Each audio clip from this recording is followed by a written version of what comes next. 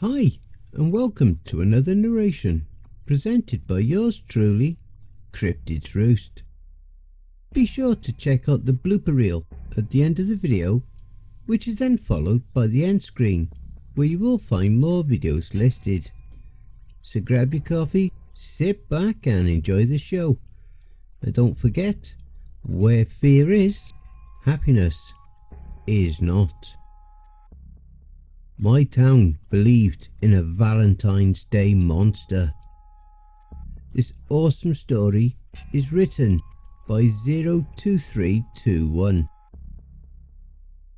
I've been single my entire life. I really don't mind it. It's just how I've always been. And yet, I still buy Valentine's candy and a card every year. That simple thing saves my life. I moved to a small town right before starting high school. It was difficult trying to make new friends and adjusting to an entirely new place at the same time. By the time February rolled around, I was finally feeling as if I'd gotten into the groove of things. I had only made a handful of friends, and to my shock, the first time I was ever asked out on a date was a week before Valentine's Day. I felt awkward going out with a girl who I'd never spoken with before, so I turned her down. She got angry, claiming she had other options and was just being nice. That might be the case, but her extreme reaction confused me. When I was able to, I asked my friend Travis about it. Oh yeah, you die if you're single on Valentine's Day. Get your heart ripped out and everything. So, find a girlfriend for the day, he explained, and I scoffed at the idea. Come on, you don't expect me to believe that, do you? I asked, thinking he was just putting a joke on the new kid. He acted as if he was just giving me some facts. He was looking at me as if I was crazy for not knowing about getting a date or dying. I told him he was crazy, but he just shook his head. It happens every year. Someone gets their heart ripped out. It might not be in this town, but like it's nearby, and it's always someone single. I guess you can risk it, but why? It's just one day, he said, trying to defend his point. This was before everyone had a cell phone in their pocket, so I couldn't look up deaths of people missing their hearts right then. I made a note to research it later, so I could call him out on his urban legend. I crossed my arms, still not buying what he was saying. That's stupid. Are you saying what? Someone knows you're single and kills you? I pressed. A person doesn't do it. Some sort of monster does. No one has lived after seeing it, but people said they heard drums and then found someone without their heart. Travis was again looking at me as if I should know all of this. A Valentine's Day monster? Really? Well, Christmas has Santa, and there is an Easter bunny, so why can't Valentine's Day have something? For the next 10 minutes, I roasted his idea and belief in the Valentine's Day monster. At least he could take it all as a joke, even if he did believe the murders were real. He wasn't positive a monster was doing it, but couldn't offer up any other reason behind the deaths. And he wasn't risking it. He already had a date lined up with a girl he didn't even like. I still thought the entire idea was dumb. The rest of the school didn't share my outlook. As the days slowly got closer and closer to the fated day, the students got paired up with each other. Some done out of safety, others using the monster as an excuse to finally ask out their crush. I received a few pity offers, but I refused all of them as an act of rebellion against this stupid small town's tradition. I just watched as everyone started dating in fear of death. The stores sold out of candy and cards pretty quick. Normally everywhere would be flooded with red and pink products. The shelves were barren a few days before the 14th. Now, I refused to accept any offers, and I didn't plan on asking someone out either. The school offered a program where you could buy sweetheart candies to be delivered to class for a small fee. I didn't mind getting my new friends one each, all while making up silly names to put on the card of who they would receive it from. It was the one thing related to the whole day I gave into, aside from buying a box of chocolates for myself. The chocolates were just a normal box of assorted types from the grocery store I'd gotten with some money made from doing chores. When I bought them, the cashier slapped a heart-shaped sticker on the box without my permission. A small one for someone to write who the box was meant for. With how crazy this town was over the holiday, I didn't blame her. By that time, I'd been so overexposed to anything Valentine related, just seeing the sticker put me off eating the chocolates. I shoved them in my backpack to forget about them until after the 14th was over. I really wish I had taken the entire thing a bit more seriously. It wasn't until the night before Valentine's Day that I finally looked up the murders, finding them to be true. Dread started to form in my stomach as I strolled through the library computer after school while waiting for my father to pick me up. I didn't find all the mysterious deaths, but enough to make me worried. 3 people were found with their hearts missing. The police said that from the state of their bodies, they were killed on Valentine's Day, even though the bodies weren't found right away.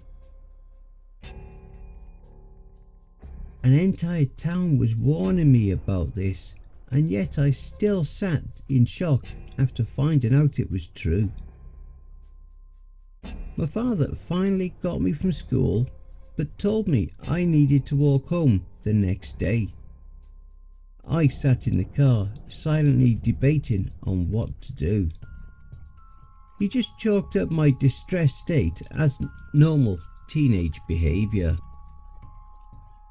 I didn't sleep that night. I tried thinking of names of students that might not have a date, all while knowing it was useless. When the clock turned midnight and it was officially the 14th, I nearly had a panic attack, convinced the monster would swoop in to take my heart. The only way I got through that night without a mental breakdown was to shift my train of thought back to what it was before looking at the murders. A Valentine's Day monster was stupid. It wasn't real. Some heartless store manager saw the murders and made up the story to sell more products through fear. That was it. It had to be. I remained awake all night.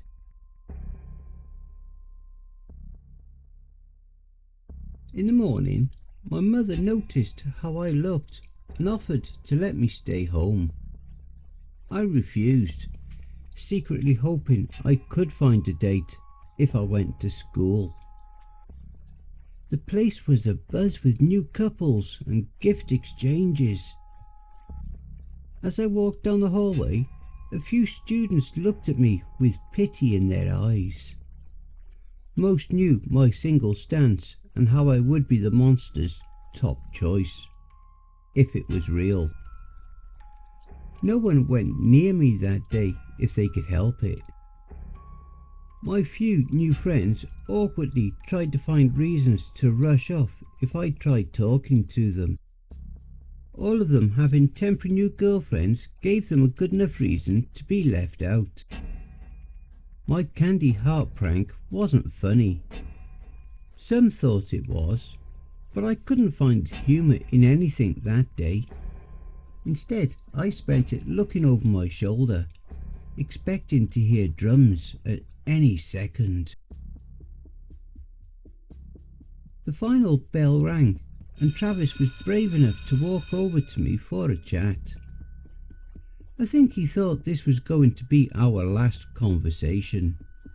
The idea got him motivated enough to walk over, but not to find the words.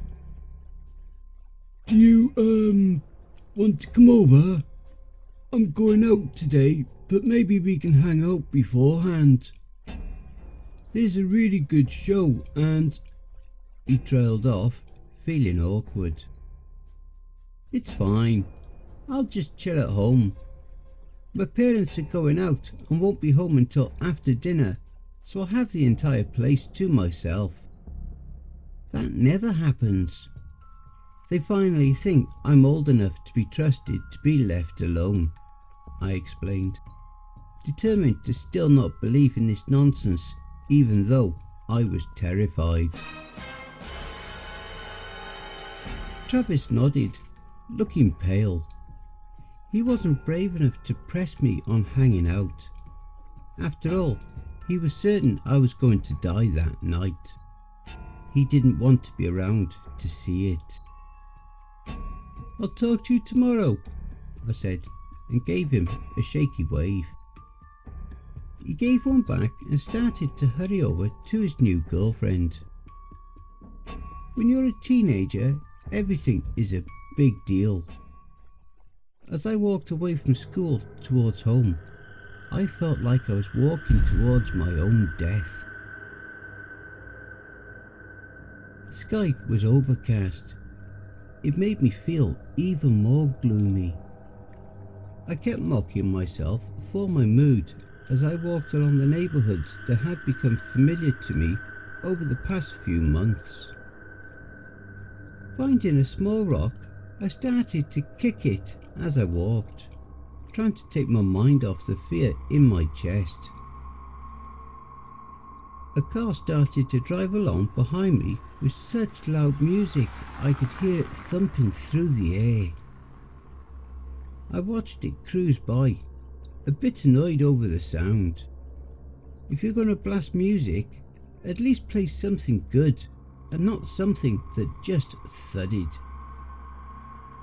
As the car kept going down the street, the music went with it, but a hint of the thudding remained. I stopped, confused on why I could still hear the sound if the car was so far away. When it finally turned out of sight, I realised the car wasn't the source of all the noise. My heart started to beat so fast and hard, it matched the thudding rhythm that I could swear was getting closer and closer. I didn't look behind me, or even get angry at myself for getting scared. I just ran down the street. I should have run up to one of the houses asking for help. I was so frightened, nothing rational came to mind. I ran like crazy, all while the beating followed. I wished this was a prank, but didn't stop running to find out. My mind was unable to work as my lungs burned from the mad dash. For a moment I thought I was losing whatever was chasing me. I stumbled, nearly falling over a crooked sidewalk square in front of my house. I couldn't tell how close the thumping sound was over my heart. Sweat poured down my face and I felt faint.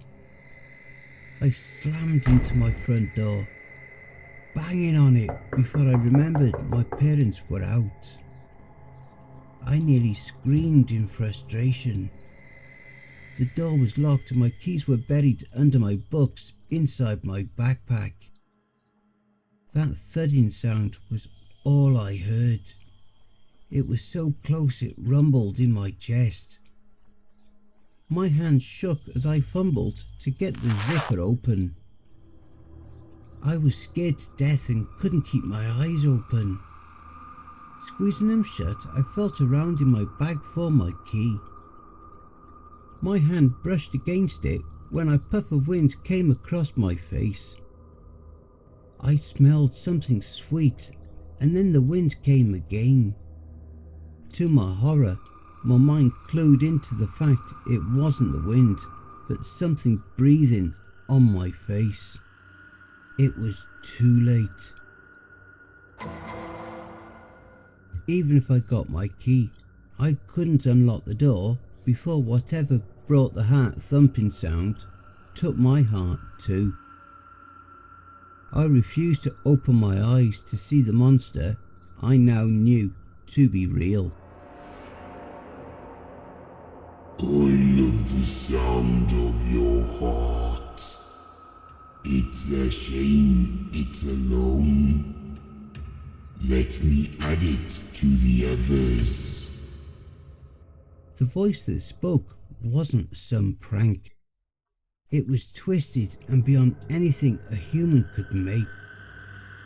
My mind was racing. I felt a sharp tip of a claw poke my chest, leaving a small cut through my shirt. A cruel laugh came as I whimpered in fear. With my hands still in the backpack, I felt something that was not my books or my house key. A crazy idea came to mind. It was either that or death. So I grabbed a hold of the only thing I could think of. Yanking a box of chocolates from my bag, I held it out to the monster I still refused to see. My voice strained and shaking. I asked it a question I prayed would save my life. Will you be my Valentine's this year? My heart suddenly beat out of my chest. Opening my eyes a crack, I could see the box in my hand, but not the creature that brought along countless heartbeats that mixed in with my own. I should have died. Instead of clawing out my heart, the twisted hand with razor-sharp nails reached out and took the box. I forced my eyes shut, my entire body shaking. Something brushed my face, causing me to tense up so much it hurt. That clawed finger brushed some hair from my face with another cruel laugh. What a cute child you are. I'll accept this gift this year, but someday I'll be back to claim your heart.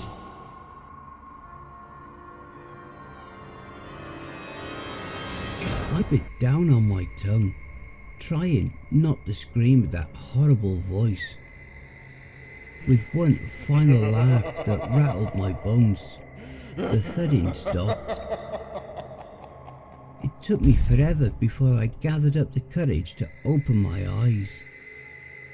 Nothing was on the front step. I was alone. If it wasn't for the rip in my shirt, I would have thought the whole thing came about due to stress and lack of sleep. I didn't tell anyone what happened. I mean, who would believe me? I went to school for the first half of the day on the 15th. I had barely slept for 2 days and needed to take the rest of the day off. But I didn't want my friends to think I died. All of them looked shocked I lived. I just said I got lucky. The school moved on. The short-lived relationships caused by that day fizzed out. As time crept along, I started to dread knowing about Valentine's Day was coming yet again. I bought more candy, roses and a card, expecting a visit from the monster. I should have just gone along and dated someone, but somehow the idea of it was more stressful than dealing with a monster. I anticipated and feared Valentine's Day, only to have nothing happen. Nothing happens besides the fact that the gifts I addressed to the creature go missing overnight. As the years carried on, I kept buying different gifts with the same result. As I've gotten older, I've heard those terrible heartbeats faintly on Valentine's Day. Each year the sound gets louder. I think this year is finally going to be when that monster shows itself.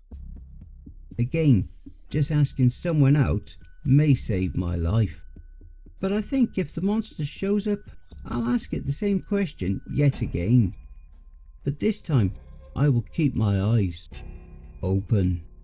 And I hope you enjoy the blooper reel. But couldn't offer up any other reason.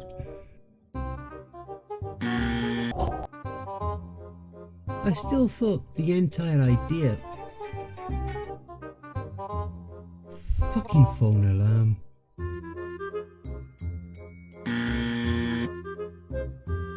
Aside from buying a box of canned...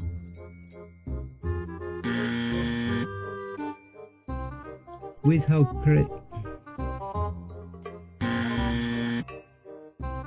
I shoved them in my backpack to forget about them until the...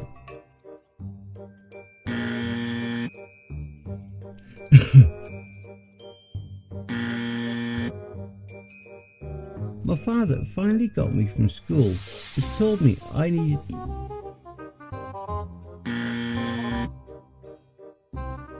My father told me when the clock turned midnight and it was official. When the clock turned midnight and it was officially the 14th, I nearly had a panic attack.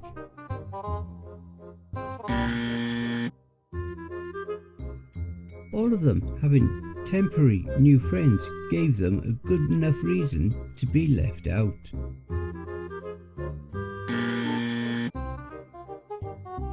I stumbled, nearly falling over crooked...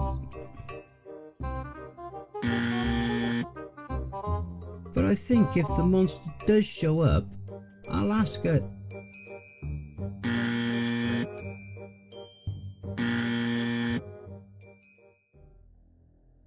Hey family, please be so kind as to throat punch the like button and smack the ass of the subscription button as well.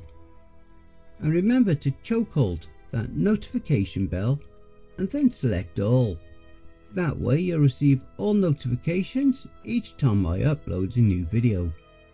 And by subscribing, you'll be the first to see all of our new spooky creepypasta stories. A very big thank you to 02321 for allowing me to narrate this awesome story. And be sure to check out their Reddit profile for more brilliant stories.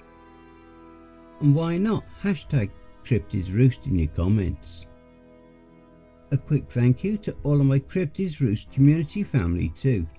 We are now well on our journey to 1,000 subscribers. If you would like to throw me $1 or $3, I'd be very much appreciative.